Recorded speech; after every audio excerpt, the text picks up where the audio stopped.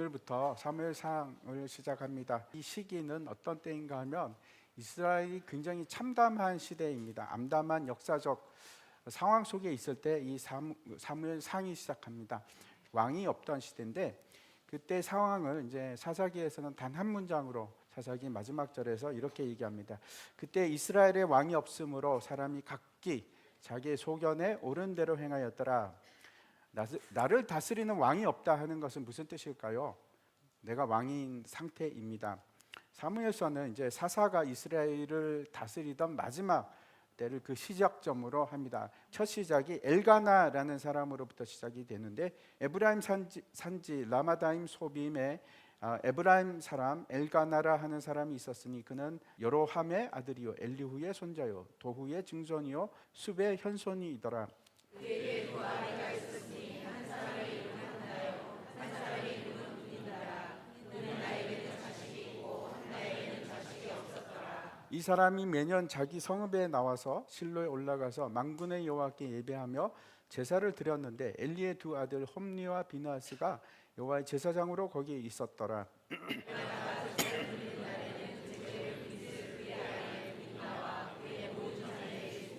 한나에게는 갑절을 주니 이는 그를 사랑함이라. 그러나 여호와께서 그에게 임신하지 못하게 하시니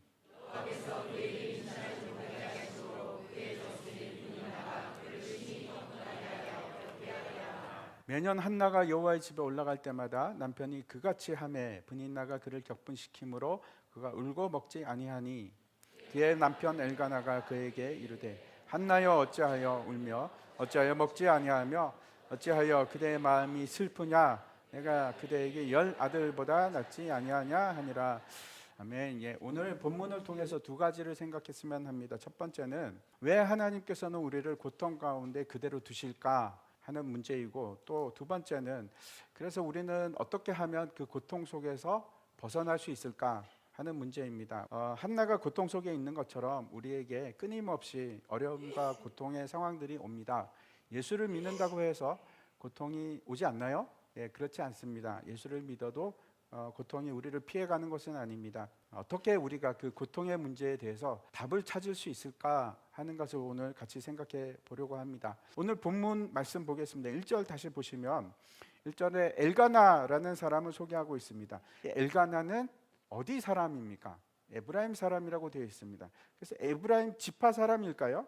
이 사람은 에브라임 지파 사람이 아닙니다. 언뜻 보기에는 그렇게 보이는데 가볍게 생각할 수가 없습니다. 왜 그런가 하면 역대상을 보면 그 전반부에는 아담부터 시작해갖고 쭉 그 족보들이 계속 나옵니다. 그래서 6장에 보면 레위 지파의 족보가 나오는데 그곳에 엘가나가 나옵니다. 역대상 6장 34절에 보면 사무엘이 나오죠. 사무엘의 아버지가 엘가나입니다.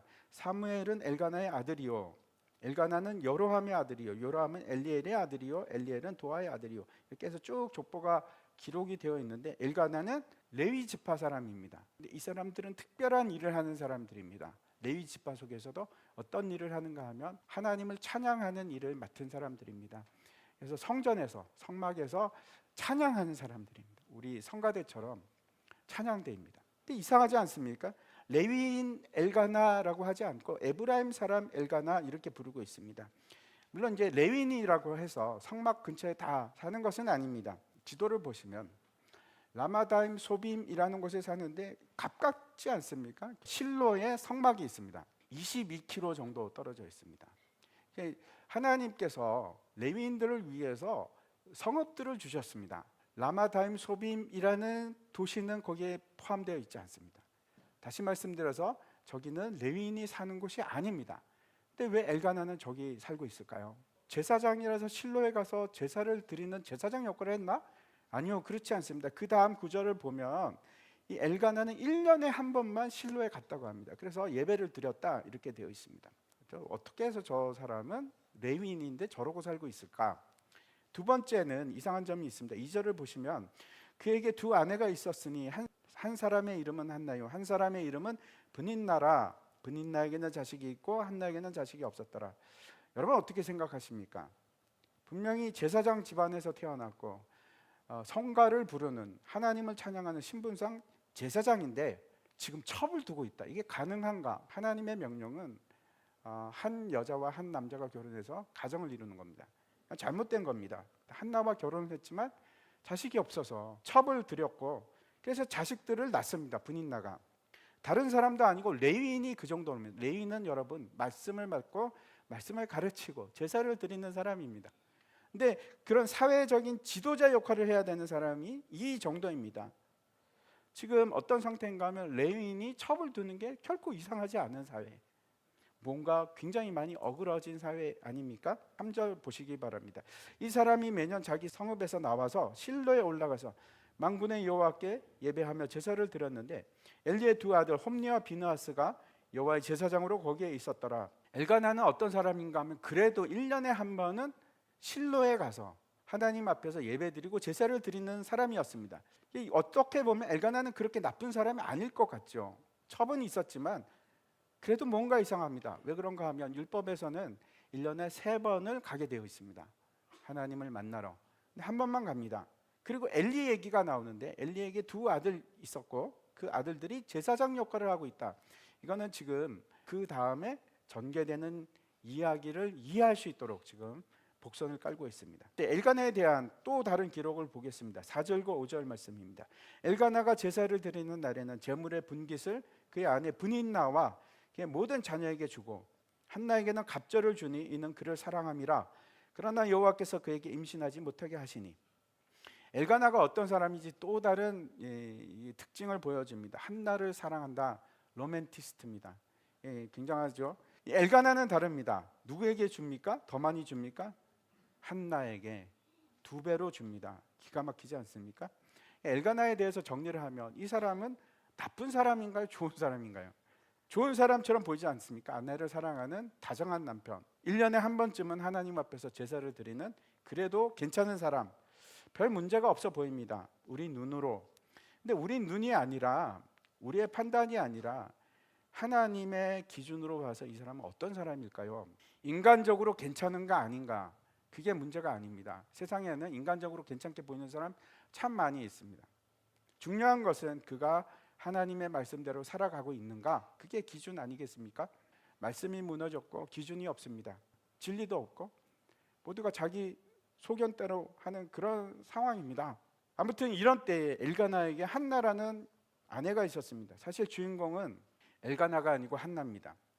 그리고 그가 어떤 고통을 당하고 있었는지 우리 다시 한번 살펴보도록 하겠습니다. 한나에게는 갑절을 주니 이는 그를 사랑함이라. 그러나 여호와께서 그에게 임신하지 못하게 하시니 여호와께서 그에게 임신하지 못하게 하심으로 그의 적수인 분인나가 그를 심히 격분하게 하여 괴롭게 하더라. 한나에게는 2가지 고통이 있었습니다. 첫 번째는 어떤 겁니까? 아이를 낳지 못하는 고통.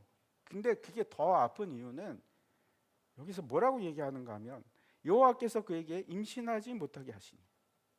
잘 보십시오. 이 말이 2번 반복이 됩니다. 그 임신하지 못하는 이유가 하나님 때문이다 이렇게 얘기하고 있습니다. 지금과 달리 당시에는 아이를 낳지 못하는 것은 저주스러운 일입니다. 모든 사람으로부터 저주를 받는 그런 상황입니다. 2번째, 그뿐만 아니고 분인나의 괴롭힘이 있었습니다. 조롱하고 비난하고 아마 이제 분인나가 주인처럼 행하면서 막말을 했는지도 모르겠습니다. 분인나 입장에서는 엘가나가 자신이 아니고 한나만 사랑해 주니까 이 사실 때문에 악이 그냥 치밀어 오르는 그런 상황이고 그래서 더 미워했을 겁니다. 모든 불만과 불평을 다 한나에게 쏟아붓는 거죠. 매년 하나님의 집에 갈 때 특별히 더 심했다 그럽니다. 7절과 8절을 보면 매년 한나가 여호와의 집에 올라갈 때마다 남편이 그같이 하매 분인나가 그를 격분시킴으로 그가 울고 먹지 아니하니 그 남편 엘가나가 그에게 이르되 한나여 어찌하여 울며 어찌하여 먹지 아니하며 어찌하여 그대의 마음이 슬프냐 내가 그대에게 10 아들보다 낫지 아니하냐 하니라. 분인나도 상마에 갈 때마다 화가 더 나는 겁니다. 아니 남편이 한나만 챙기는 것 같고 한나만 따뜻하게 애틋하게 대하는 거 보고 막 부글부글 그래서 막 쏟아내는 겁니다. 오늘 본문은 엘가나가 위로하는 것으로 한나를 위로하는 것으로 끝이 납니다. 여기까지입니다. 성경에서 고통당하는 대표적인 인물이 있습니다. 누굴까요? 욥이죠. 그 뒤에 욥 뒤에 깔려 있는 그 어마어마한 우주적 배경, 왜 욥이 고통을 당할 수밖에 없는 당하게 되는지 그 스토리를 아무도 이해하지 못합니다. 심지어 욥도 이해하지 못하죠. 그래서 욥이 하나님께 막 따지기 시작합니다. 어찌해서 하나님께서 그에게 고통을 이렇게 주시나? 욥에 비하면 한나의 고통은 아주 가벼운 고통일 수 있습니다. 하지만 그 당사자는 그렇지 않죠. 여러분도 온갖 세상 모든 짐을 내가 다 짊어지고 가는 그런 고통 가운데 있는 거 느끼시죠? 하루하루가 살아가는 것이 지옥 같고 힘들고 간신히 버티는 고통 가운데 있는 젊은 사람들이 참 많습니다. 숨도 못 쉴 것 같은. 한나도 그런 상황입니다. 욥은 어떻겠습니까? 욥이 이제 막 하나님께 이제 질문을 하니까 하나님께서 욥에게 뭐라고 얘기를 하시기 시작하냐면, 내가 우주의 질서, 땅의 기초를 놓을 때 네가 그거 봤냐? 네가 자연의 신비에 대해서 대답할 수 있냐? 이 우주의 신비에 대해서, 창조의 신비에 대해서, 이 동물들을 봐라. 네가 하나라도 제대로 아는 게 있느냐? 이렇게 얘기를 합니다. 도대체 네가 아는 것이 뭐지? 너에게 도대체 무슨 능력이 있지? 네가 너를 스스로 구원할 수 있느냐? 그게 핵심입니다. 그때 욥의 모든 의문이 사라지고 해답을 찾기 시작할 때가 있습니다. 그가 그의 대속자를 만났을 때. 그 얘기가 욥기 42장에 나옵니다. 예수님을 만나는 장면입니다. 내가 주께 대하여 귀로 듣기만 하였사오나 이제는 눈으로 주를 배움나이다. 그러므로 내가 스스로 거둬들이고 티끌과 죄 가운데서 회개하나이다. 아멘. 우리에게 있어서 모든 고통과 고난의 의미는 결코 욥과 다르지 않습니다. 이 의미는 결국은 우리의 대속자이고 우리의 구원자이신 예수 그리스도를 만나기 위한 겁니다. 이게 고통의 의미입니다. 이해하시겠습니까? 고통과 고난이 없으면 구원자도 필요가 없습니다. 죄와 허물이 없으면 구원자가 필요 없죠. 예수께서 대답하여 이르시되 건강한 자에게는 의사가 쓸데없고 병든 자에게라야 쓸데있나니 내가 의인을 부르러 온 것이 아니오 죄인을 불러 회개시키러 왔노라. 먼저 구원에 대해서 말씀을 드리겠습니다. 구원은 어떤 겁니까? 구원은 여러분 예수 믿고 죄사함을 받고 천국에 가는 것, 그거 구원입니까? 맞습니다. 그거 구원 맞습니다. 잘 알고 계십니다. 하지만 그게 구원의 전부가 아닙니다. 성경에는 여러 가지 구원의 얘기가 나옵니다. 아픈 사람이 고침을 받는 걸 뭐라고 합니까? 구원 받았다고 그럽니다. 죄 가운데 낭망한 사람이 예수님께서 그를 죄 사함을 주었을 때 그걸 뭐라고 합니까? 구원이라고 하거든요. 귀신 들린 자에게 예수님께서 그 귀신을 쫓아내면서 네가 구원 받았다고 얘기하십니다. 지금 현재, 지금 이 시간, 지금도 구원이 일어나는 겁니다. 우리가 살아있는 가운데서 우리는 어떤 존재인가 하면 늘 구원이 필요한 존재입니다. 고통 속에서 구원을 받아야 된다니까요. 근데 누구를 통해서 받으십니까? 예수 그리스도.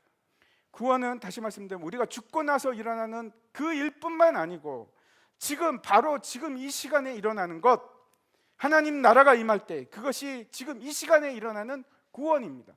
나에게 하나님 나라가 임할 때 순간순간 우리는 구원이 필요합니다. 우리가 고통 중에 있을 때 하나님은 우리를 구원하시기를 원하십니다. 우리에게 고통이 없다면 우리가 하나님을 마음을 다해서 전심으로 하나님을 찾을 수 있을까요? 고통이 없는데 하나님 앞에 전심으로 회개할 수 있을까요? 고통이 없는데도 하나님을 부르짖을 수 있을까요? 하나님께서는 부르짖는 자를 만나 주십니다. 그리고 구원하십니다. 하나님께서는 고통을 통해서 우리를 성숙하게 만들어 가시고 그 고통을 통해서 우리를 정금같이 만들어 가십니다. 그리고 그것으로 끝나는 것이 아니고 구원자를 만나게 하십니다. 고통은 예비된 자가 있습니다. 구원입니다. 구원자 예수 그리스도. 고통을 어떻게 할 것인가? 제가 이제 답을 드리려고 합니다. 갈라디아서 6장 말씀 한번 보여주시기 바랍니다. 너희가 짐을 지라 서로 지라 그리하여 그리스도의 법을 성취하라. 하나님께서는 우리에게 어떤 걸 원하시냐면 고통을 함께 지기를 원하시거든요. 우리는 그리스도 안에서 한 몸을 이룬 지체라서 그렇습니다. 함께 고통을 주십시오. 참된 사랑은 서로를 치유하는 능력이 있습니다. 고통은 함께 지는 겁니다. 사랑으로. 병은 알리고 아픔은 나누는 겁니다. 그래서 하나님께서 우리에게 공동체를 주셨습니다. 함께 지라고. 예수 그리스도의 몸으로 함께 지고 가라고. 그래서 가볍게 하라고. 치유하라고. 우리는 그냥 몸이 아니고 예수 그리스도의 몸입니다.